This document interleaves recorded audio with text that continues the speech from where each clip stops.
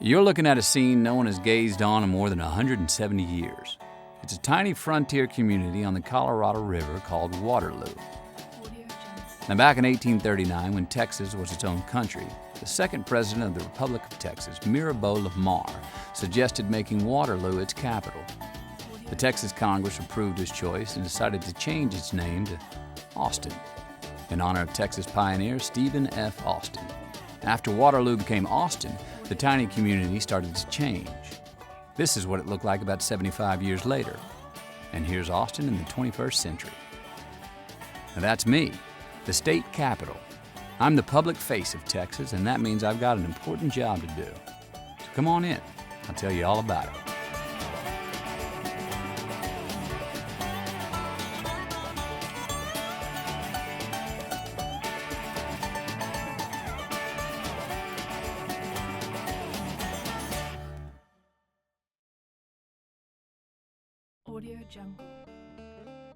First of all, the thing I like best is seeing all the young visitors. That's because the moment young people see me, they know right away they're in a very special place. A place that celebrates Texas history, and a place where history is still being made.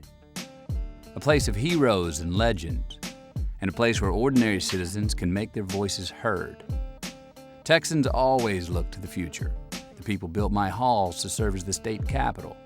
They also created me as a symbol of the commitment of Texas to future generations. And that means you. Of course, it's hard to get to where you're going if you don't know where you've been. That's why one of the first places I want you to see is the Secretary of State's office.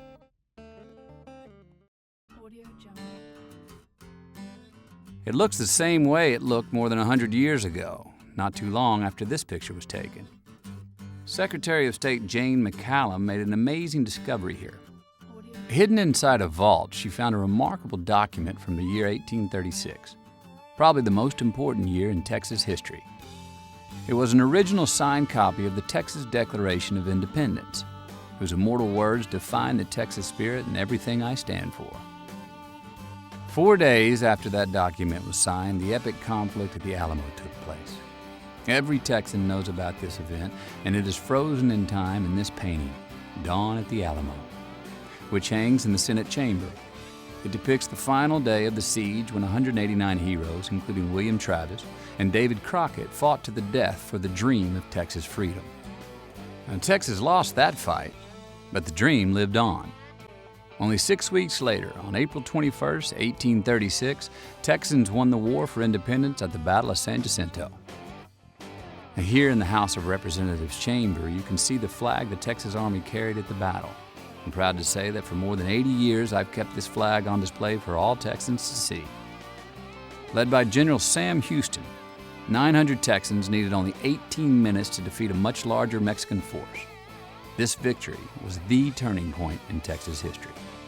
After the Battle of San Jacinto, Texas became an independent nation.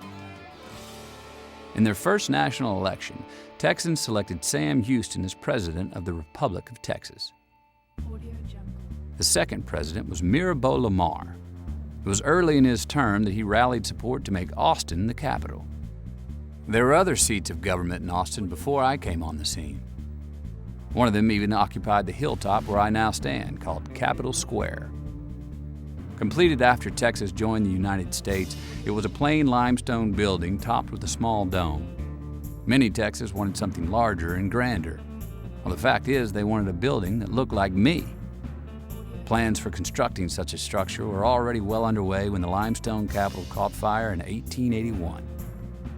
In a moment, I'll tell you how Texans paid for the state house they wanted. But first, let me tell you what they received when they finally built me. When my doors opened in 1888, newspapers proudly reported that I was the 7th largest building in the world. And I am still 14 feet taller than the national Capitol in Washington, D.C. But more important is this fact. I was built to be the place where all the work of Texas government gets done. That means all 3 branches of government.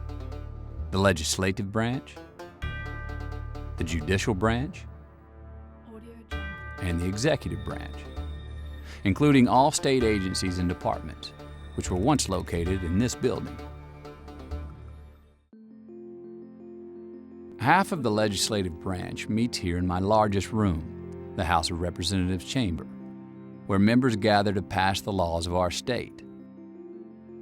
When the House is in session, you can sit in the gallery and watch representative democracy in action. And here's where the Senate, the other half of the legislative branch, meets. This chamber and all of my other rooms lacked furniture when I first opened, but eventually I received the highest quality pieces available at the time. In fact, our legislators still use the same desks from those early years. Now let's explore the Judicial Branch. Here's how the courtroom of the Texas Supreme Court appeared more than 100 years ago. And here's what it looks like today. Now, to me, it sets the high standard for what a hall of justice should look like. Even though the court moved to a different building, the courtroom looks exactly like it did when I first opened. This is a room most people don't get to see. It's the original private office of the Governor of Texas, who oversees the executive branch of state government. Nowadays, the governor works in a different room, but a senior member of the governor's staff still uses this office. Ever since I opened, this space has served as the governor's public reception room. Governors use it for formal functions and a place to meet invited guests. Even if you do not have a chance to meet with the governor, you can still visit this room and admire the antique furniture and decorations. As head of the executive branch, the governor oversees all state government agencies, including the state treasury, which was once located here. For a long time, it served as the Bank of Texas. Even though the Texas State Treasury was abolished in 1996, and this room is now used by the Capitol tour guides, it still looks like an old bank, with vaults that have elaborately painted doors. This is the biggest vault I have. The door weighs 28 tons. The walls are 28 inches thick, and to make it even more secure, it's built underground. The old limestone Capitol that burned didn't have a big vault to compare with mine. But even if it had one, the state didn't have nearly enough money in a vault or anywhere else to build a monumental state house like me. But we Texans are determined and resourceful people. Even before the limestone Capitol caught fire, some clever folks figured out how to fund construction of the best Capitol money could build. And they figured out how to do it without money.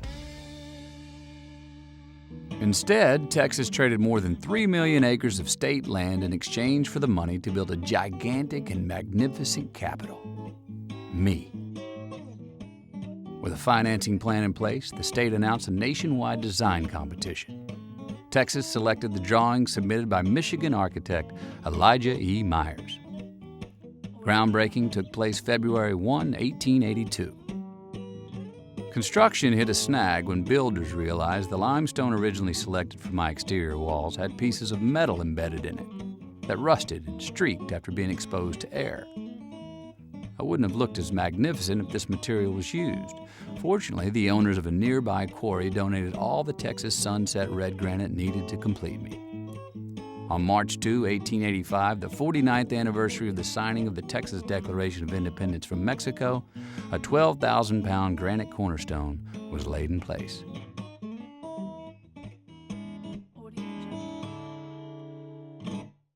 At the height of the project in late 1886, 1,000 workers labored every day. 15,000 railroad cars of granite, limestone, and other materials were delivered to the construction site. When it comes to my construction, people are most curious about the dome and the statue who stands on the top, the Goddess of Liberty. The main thing I want you to know is that the metal support structure created for the dome was an engineering marvel in its day. And the Goddess of Liberty? This photo was taken the last week of February 1888, right before she was hoisted to the top of the dome, making me more than 300 feet tall.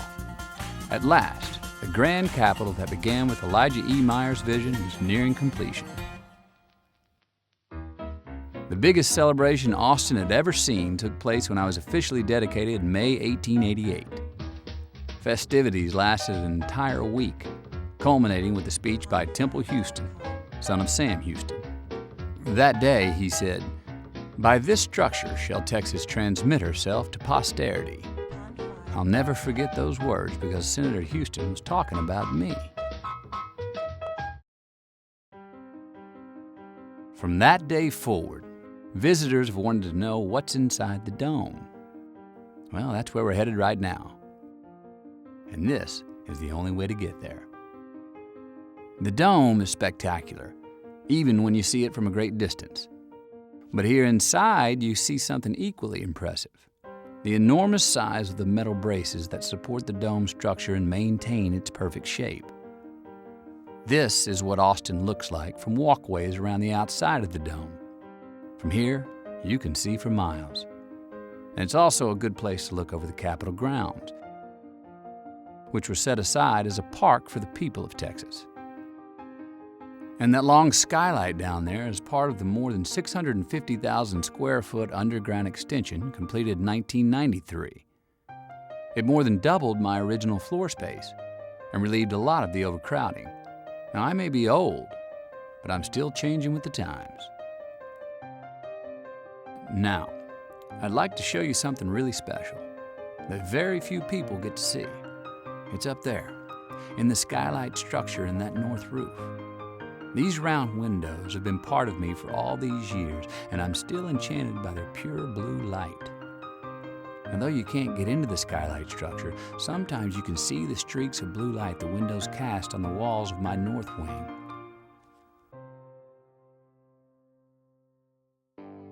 This is the Rotunda, a place rich with meaning for every Texan. From the terrazzo floor featuring the seals of the 6 sovereign nations that have governed Texas to the Lone Star, 218 feet overhead, this place is dedicated to the history and spirit of Texas. It's where we honor the former presidents of the Republic of Texas and former governors and provisional governors of the state of Texas. Many were trailblazers, like W. Lee Pappy O'Daniel, the first candidate for Texas governor to receive 1 million votes. Miriam Ferguson, the first Texas female governor. James Hogg, the first native-born Texas governor. And Anson Jones, the last president of the Republic of Texas. All these great leaders and the many others who are honored in every room of this building have helped shape what it means to be a Texan. The fact is, our identity can be traced back to the people who built this great state. Our identity was forged during the battles of 1836, the settlement of the frontier, and even the construction of the Capitol. We Texans believe in ourselves and rely on each other. We never stop dreaming. Our eyes are always fixed on building a better future. We believe there are no limits to the heights we can reach.